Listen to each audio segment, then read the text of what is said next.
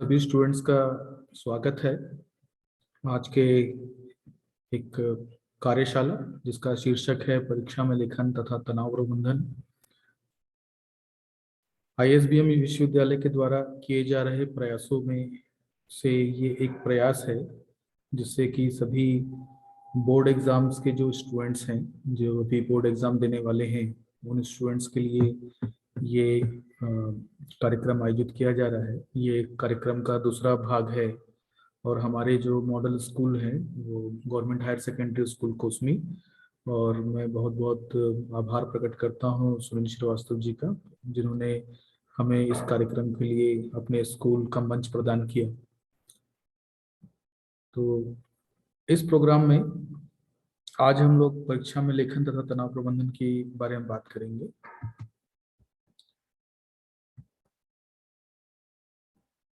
तनाव प्रबंधन से किस प्रकार से बचा जाए, क्या टिप्स हैं, क्या तरीके हैं, कैसे कंसंट्रेशन को बढ़ाया जाए, राइटिंग स्किल को कैसे बढ़ाया जाए, इस पे हम लोग इस परिचर्चा में डिस्कस करेंगे। सबसे पहले मैं अपने विश्वविद्यालय का परिचय देना चाहूँगा। ये हमारी विजनरी टीम है। हमारे chancellor honourable Vinay Agrawal sir,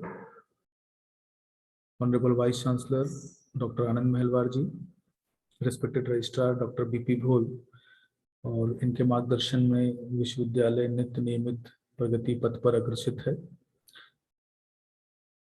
ISBM विश्वविद्यालय कोसमी नवापारा स्थान पर स्थित है और ये एक बर्ड व्यू देख सकते हैं विश्वविद्यालय का, और ये हमारे अवार्ड्स एंड रिकॉग्निशन है। अलग अलग जो संस्थाएं हैं उनसे हमारा जो संबद्धता यहाँ देखी जा सकती है। आईएसबीएम विश्वविद्यालय में management, commerce, science, engineering and technology, information technology, design, pharmacy, life sciences, yoga and naturopathy, arts and humanities, law, library and information sciences के कोर्सेस अपने अपने स्कूल्स में संचालित हैं। और एक बहुत बड़ी रेंज है हमारे यहाँ कोर्सेज की जिसमें विद्यार्थी जुड़कर और ज़्यादा अपने करियर को तराश सकते हैं। ये कुछ प्रोग्राम्स की झलकियाँ हैं विश्वविद्यालय के द्वारा आयोजित की जाने वाले। तो यहाँ जैसे हम बात कर रहे हैं कि इस तनाव प्रबंधन की बात कर रहे हैं और एक परीक्षा में किस प्रकार से लेखन करें। तो जैसा कि आप लोग को विदित है कि हम लास्ट जो 2.5 साल से कोरोना की चपेट में हैं और कभी भी कोई भी लहर बहुत ही अचानक में बिना किसी इंफॉर्मेशन के या कोई सूचना दिए वो हावी होने लगती है, और इसका जो फलस्वरूप है कि हम ई लर्निंग के ऊपर पूरा बेस्ड हो गए हैं। और मैं भी आपके सामने ई लर्निंग के माध्यम से ही, पोर्टल के माध्यम से ही यहाँ पे ये लेक्चर प्रदान कर रहा हूँ। तो ये जो समय है काफ़ी तनाव भरा है क्योंकि काफ़ी मिलीजुली प्रतिक्रिया रहती है और कई अच्छे स्टूडेंट्स हैं जो अच्छे से पढ़ाई कर रहे हैं, लेकिन सभी स्टूडेंट्स को ऑनलाइन का सुविधा मिलने के कारण कई स्टूडेंट अपनी प्रतिभा दिखा नहीं पा रहे हैं और जो एक पढ़ने का स्तर लगातार गिरता जा रहा है और कई प्रकार की चुनौतियों का सामना हमको करना पड़ रहा है। तो इस तनाव है क्या? तनाव एक मानसिक अवस्था है और किसी भी स्थिति पर मस्तिष्क और शरीर द्वारा प्रतिक्रिया जो दी जाती है उसे हम तनाव से जोड़ सकते हैं। और किसी भी स्थिति से लड़ने या उससे भागने की जो अवस्था है इसको भी हम तनाव से जोड़ सकते हैं। तो इस प्रकार से हम तनाव को समझ सकते हैं कि वो है क्या। और अगर गणितीय रूप में बात करें तो जो तनाव है वो आपका जो कामकाजी दबाव है या पढ़ाई का जो दबाव है जो स्टूडेंट फेस कर रहे हैं वो जब उपलब्ध जो संसाधन है उससे जब अधिक हो जाते हैं तो इसको हम लोग स्ट्रेस से जोड़ सकते हैं। तो ये गणितीय रूप है इसका। इस तनाव के कारण क्या है? तो तनाव किसी भी सिचुएशन, कंडीशन जो हमारे द्वारा एक्सेप्टेबल नहीं है, जिसको हम स्वीकार नहीं पाते हैं, ये कारण हो सकते हैं। हम जो चाहते हैं वो अगर हमको ना मिले तो भी हम तनावग्रस्त होते हैं। जब हमारा कोई भी फेवरेबल जो काम है जो हम करना चाहते हैं उसके लिए हमें जो फीडबैक मिलते हैं, हमें जो कमेंट्स मिलते हैं, हमें जो क्रिटिसिज्म मिलता है, तो वो भी कहीं ना कहीं तनाव का कारण होता है। और हम जिसको बहुत ज़्यादा पसंद करते हैं वो जब हमसे छूटता है तो भी तनाव से हम जुड़ते हैं। तनाव मुख्यतः जो है भय, भविष्य के भय, अतीत की चिंता, और जो प्रेजेंट कंडीशन है, जो वास्तव में जो मोमेंट्स हैं जिसमें अभी हम लोग कोरोना महामारी से जूझ रहे हैं, तो ये सभी एक तरीके से स्ट्रेस का, तनाव का कारण है। और यहाँ पर तनाव जो है आपके मस्तिष्क पे असर करता है, और ये हमारे मानसिक धारणा बन जाती है, जिससे कि हम किसी भी वस्तु के बारे में जो सोचने का नजरिया हमारा बदलने लगता है। और सभी व्यक्तियों को जो स्ट्रेस का जो लेवल है, तनाव की जो जो स्तर है, वो अलग अलग होता है। एक ही सिचुएशन का सभी पे अलग अलग प्रभाव होता है, स्तर होता है। अच्छा, अब हम कैसे पता करेंगे कि हम तनाव में हैं? तो इसको कुछ बिंदु यहाँ पर बताए गए हैं कि हम जब किसी भी बात पर इरिटेट होते हैं, अगर जैसे स्टूडेंट स्कूल में है या ऑनलाइन क्लासेस में है, तो वो हमेशा, कुछ स्टूडेंट काफ़ी इरिटेशन फील करते हैं, वो हर बात पे कुछ नकारात्मक जवाब देते हैं।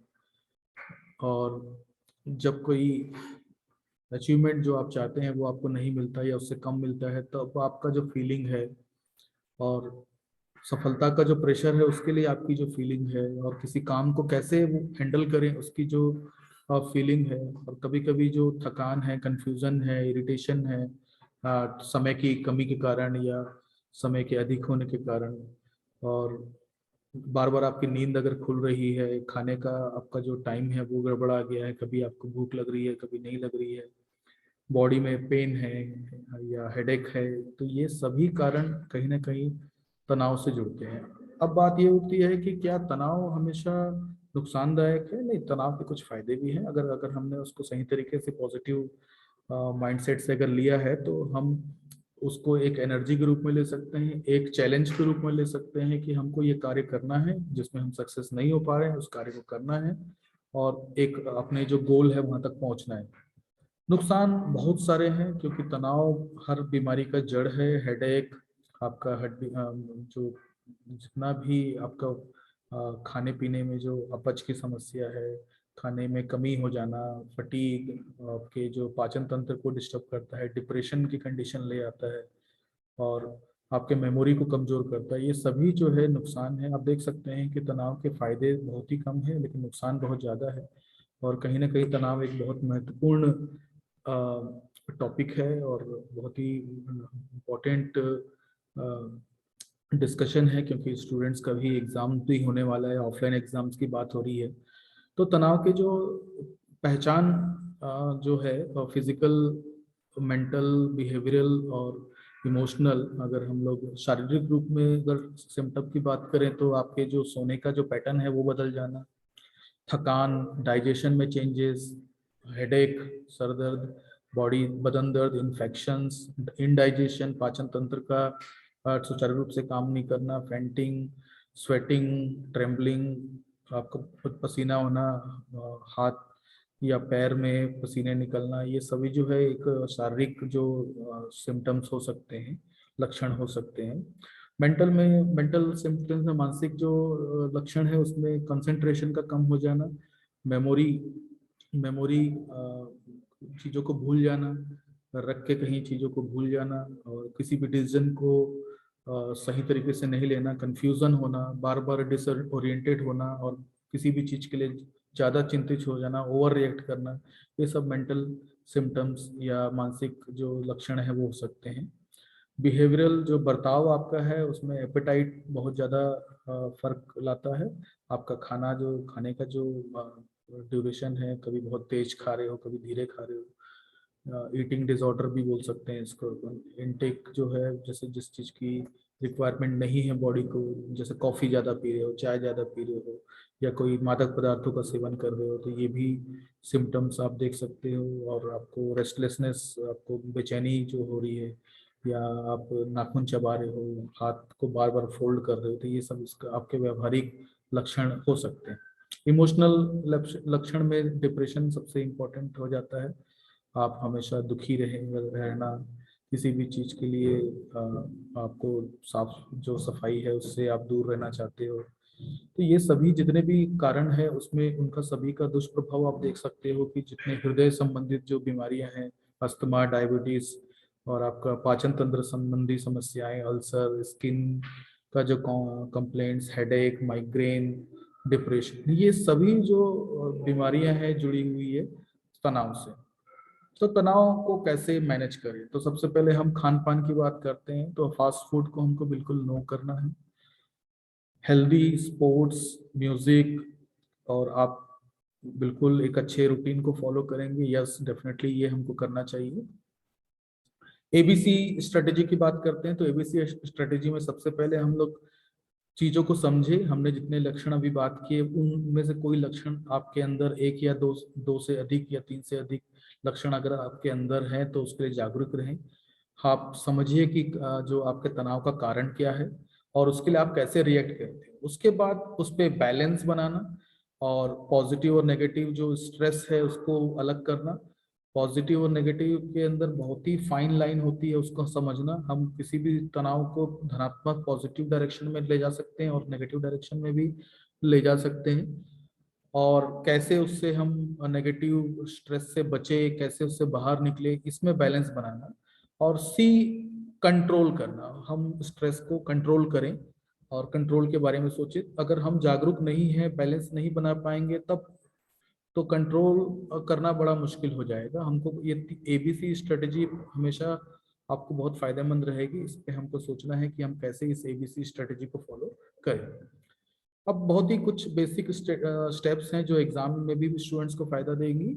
उसमें सबसे पहले आप अच्छा टाइम टेबल बनाइए, ऐसा टाइम टेबल बनाइए जिसको आप फॉलो कर सके।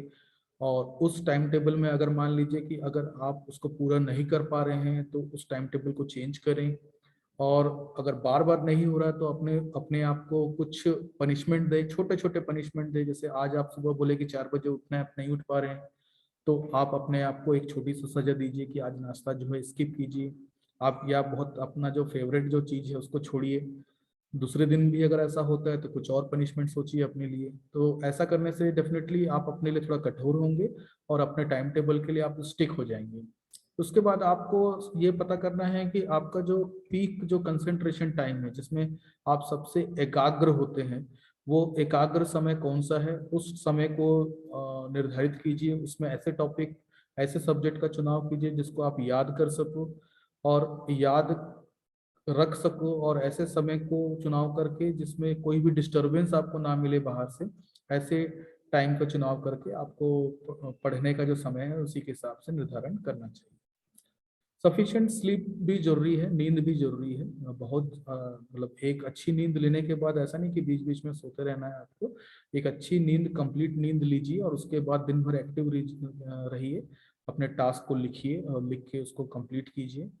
और एग्जाम है, आपको चिंता हो रही है अब, लेकिन चिंता करने में अपना समय अगर व्यतीत करेंगे या वेस्ट करेंगे तो आपको कोई भी फायदा नहीं होगा। आप उस पूरी चिंता का जो पूरा समय है उसको पढ़ाई के समय में बदलिए, तो आपको रिजल्ट जो है मिलना स्टार्ट हो। आपका डाइट, मैंने लास्ट स्लाइड में आपको जो दिखाया था कि डाइट बहुत इंपॉर्टेंट है, बहुत हैवी नहीं खाना है। न्यूट्रिशंस वाले फूड खाना है जो आपकी बॉडी को एनर्जी दे पढ़ने के लिए। पढ़ते पढ़ते अगर आपको बहुत ज़्यादा एग्जॉस्ट लगे, थकान लगे, तो थोड़ा सा ब्रेक लीजिए। अब ब्रेक बहुत लंबा ना हो, थोड़ा सा ब्रेक लीजिए ताकि आपका जो माइंड है वो डिस्टर्ब ना हो। आपके माइंड को आपको कंट्रोल करना है, ना कि माइंड आपको कंट्रोल करे। और इसी के हिसाब से आप छोटे ब्रेक्स लेके फिर से अपनी तैयारी में जुट जाइए। अगर आपने तय किया है कि आप एक चैप्टर इतने देर में खत्म करेंगे, अगर वो कर लेते हैं, वो सेशन को आप अपने आप को रिवॉर्ड कीजिए, अपने आप को मोटिवेट कीजिए। क्योंकि सेल्फ मोटिवेशन बहुत जरूरी होता है। आप अपना जो आईना, अपना जो जज आप खुद बनिए कि मैं अच्छा कर पा रहा हूँ कि नहीं कर पा रहा हूँ। और छोटे छोटे टास्क को कंप्लीट करते हुए अपने गोल की तरफ आप बढ़ते जाइए। जी बिल्कुल, अब आपका टाइम शुरू हो गया है, एग्जाम 1 महीने बाद है। कोई बहाना नहीं चलेगा, आपको पढ़ाई करना है। पढ़ाई करने के अलावा कोई रास्ता नहीं है, नहीं तो आप पीछे छूट जाएंगे दौड़ में और बाद में आपको काफी पछतावा होगा। और यही समय है आप उसको कवर कर सकते हैं। जितना हो सके अपने सोशल मीडिया से दूर रहिए, क्योंकि 1 महीना 2 महीने का जो समय है वो बहुत कम समय होता है पढ़ाई के लिए। बिल्कुल मानिए कि आपकी पढ़ाई अभी तक नहीं हो पाई है। अगर आप आने वाला जो समय है वो अच्छे से गुजारना चाहते हैं, ऑफलाइन एग्जाम में अच्छा परफॉर्म करना चाहते हैं, तो सोशल मीडिया को नो बोलिए। थोड़ा आइसोलेशन चाहिए ताकि आप पढ़ाई अच्छे से कर सकें। पढ़ाई क्यों जरूरी है, मेरा ये जो स्टडी है मेरे करियर में क्या योगदान देने वाला है, 10th में हूँ 12th में हूँ, मुझे आगे क्या करना है और उसके लिए मुझे इस क्लास के नंबर्स क्यों जरूरी है, क्या फोकस होना चाहिए, सब्जेक्ट पढ़ते समय भी ये सबको समझना है। तभी आप सब्जेक्ट को अच्छे से पढ़ पाएंगे। इवन प्लान भी तभी कर पाएंगे जब आपके पास प्राथमिकता हो। बिना प्राथमिकता के कोई भी व्यक्ति जो है पढ़ाई को सीरियसली नहीं लेता। देखिए, दो कंडीशन है। एक तो जब हम पढ़ाई करते हैं तो हमको डिफिकल्ट क्वेश्चन और टॉपिक को पहले करना है ताकि हम लास्ट का समय का इंतजार ना करें, क्योंकि लास्ट में हड़बड़ी हो जाता है। हड़बड़ी के समय हम बहुत ज़्यादा तैयारी नहीं कर पाते। और एग्ज़ाम से पहले की तैयारी में डिफिकल्ट क्वेश्चन टॉपिक्स को पहले कंप्लीट करना है। ब्लूप्रिंट को देख के जिसको यूनिट से ज़्यादा नंबर के क्वेश्चन पूछे जा रहे हैं उसको कंप्लीट करना है। और एग्जाम के दिन जब हम लिखते हैं तब हमको उस क्वेश्चन पेपर में जो सबसे आसानी से हमको आता है, जो जिसका आंसर हमको पता है। देखो, हमारे पास शॉर्ट अति लघु उत्तरीय, दीर्घ उत्तरीय, लघु उत्तरीय के कैटेगरी में जो भी क्वेश्चन आपको अच्छे से बनता है उस क्वेश्चन को लिखिए शब्द सीमा के अंतर्गत। ऐसा नहीं कि अति लघु उत्तरीय को आप 4 पन्ना लिख रहे हैं और अपने दीर्घ उत्तरीय को सिर्फ 1 पेज में कंप्लीट कर दिया। शब्द सीमा को ध्यान देते हुए आप लिखेंगे इसको। मेडिटेशन बहुत जरूरी है। आप अपने आप को बिल्कुल फोकस रखिए ताकि कोई भी बाहर का जो इफेक्ट है आपको डिस्टर्ब ना कर सके। इनर पीस बहुत इंपॉर्टेंट है, इनर स्ट्रांगनेस बहुत इंपॉर्टेंट है। अंदर से आप स्ट्रांग बनिए। और बहुत इंपॉर्टेंट है कि आप पॉजिटिव सोचें, पॉजिटिव बातें करें, पॉजिटिव डायरेक्शन में सोचें। अपने दिमाग को भी आप ट्यून ऐसा करें कि आपको कोई भी नेगेटिव चीज़ ना दिखे। आप हमेशा अपने समय का सदुपयोग करने के बारे में सोचें। ये सभी टिप्स यूज़ करके आप अपने जो एग्ज़ाम का जो समय है उसको बहुत सार्थक कर सकते हैं। क्योंकि देखिए, साल भर किसने क्या किया ये कोई नहीं पूछता, लेकिन अगर रिजल्ट आपका बिगड़ जाए तो ये सब चीज़ें आप पर भारी पड़ती है। और 2-2.5 साल से हमारी पढ़ने की हैबिट ऑलमोस्ट खत्म हो चुकी है। और ये जो समय है इसमें हमको वापस हमको अपने आप को कलेक्ट करना है और अपनी पढ़ाई को और सुचारू रूप से स्टार्ट करना है। अब बात करें लिखने की शैली। लिखने की शैली में सबसे इम्पोर्टेंट है पढ़ना, पढ़ना, पढ़ना और पढ़ना। कई लोग डेली डायरी यूज करते हैं, इसमें दिन भर उन्होंने क्या किया उसके बारे में लिखते हैं। लिखने की हैबिट बहुत अच्छी होती है। और आप कुछ पॉइंट्स बनाइए कि मैं ये करूंगा, ये करूंगा, और ये कंप्लीट हुआ कि नहीं इसको टिक कीजिए। डेली आप लिखने का प्रैक्टिस, डेली लिखने का एक्सरसाइज बनाइए। और जैसे मान लीजिए कि कुछ लिखा है आपने, तो उसमें कुछ अगर एडिटिंग हो सकता है या चीज़ें आप किस तरीके से लिख रहे हैं वो क्लियर मैसेज दे पा रहा है कि नहीं दे पा रहा है, आपके पूरे पैराग्राफ या पूरा पेज लिखने का अर्थ आप क्लियरली बता पा रहे हैं कि नहीं, ये भी बहुत आवश्यक है। आपको लिखना पड़ेगा ही। आप पढ़िए और लिखिए, और जितना आप पढ़ेंगे, जितना आप लिखेंगे, उतना ही आपकी राइटिंग स्किल्स जो है वो इम्प्रूव होगी। एट द एंड कि आपने दिन भर में कितने पेज लिखे और कितना पेज पढ़ा। चाहे वो कोई भी सब्जेक्ट हो, हर सब्जेक्ट की अपनी प्राथमिकता होती है। हर सब्जेक्ट को आप अपने तय समय पर खत्म करें, और हर सब्जेक्ट को प्राथमिकता और इम्पोर्टेंस, महत्वपूर्ण इम्पोर्टेंस दें, ताकि वो जो सब्जेक्ट है उसका भी अस्तित्व है आपके रिजल्ट में। सभी सब्जेक्ट मिलकर ही आपके परसेंटेज बनते हैं। सिर्फ एक सब्जेक्ट या 2 सब्जेक्ट पढ़ लेंगे तो परसेंटेज आपका 100% नहीं बनेगा। तो इन बातों का ध्यान देते हुए, अपने तनाव को कम करते हुए बोर्ड एग्जाम्स की तैयारी आप इन कुछ टिप्स के माध्यम से करेंगे, ऐसा मेरा मुझे बिल्कुल विश्वास है। और मैंने अभी प्रिंसिपल सर से भी प्रोग्राम के बीच में बात की थी कि कोसमी जो नवापारा जो स्कूल है, हायर सेकेंडरी स्कूल है, उसका रिजल्ट जो है 100% बनाने में आप सभी विद्यार्थी साथ दें। मैं बहुत बहुत बधाई देता हूँ स्टूडेंट्स को कि उन्होंने इस स्कूल और जो उनको चांस मिला है कि वो 12th में अच्छा मार्क्स लाए, 10th में अच्छा मार्क्स लाए, उसको बखूबी उसको निभाएंगे। और मैं दोबारा जब भी इस स्कूल को विजिट करूं तो मुझे विश्वास है कि प्रिंसिपल सर मुझे ज़रूर बताएंगे कि हमारे स्कूल के जो स्टूडेंट्स हैं उनका रिजल्ट 100% रहा। इन्हीं शुभकामनाओं के साथ धन्यवाद।